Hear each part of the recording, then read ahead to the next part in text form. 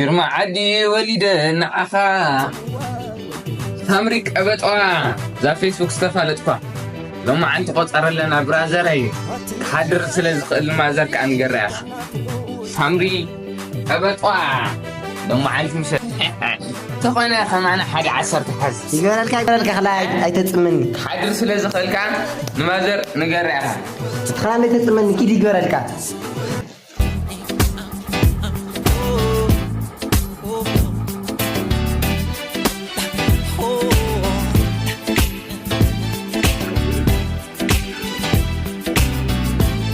سربرايز سامري قبطو حقي يا سامري قبطاي واو يعني ود نافقة كنيرة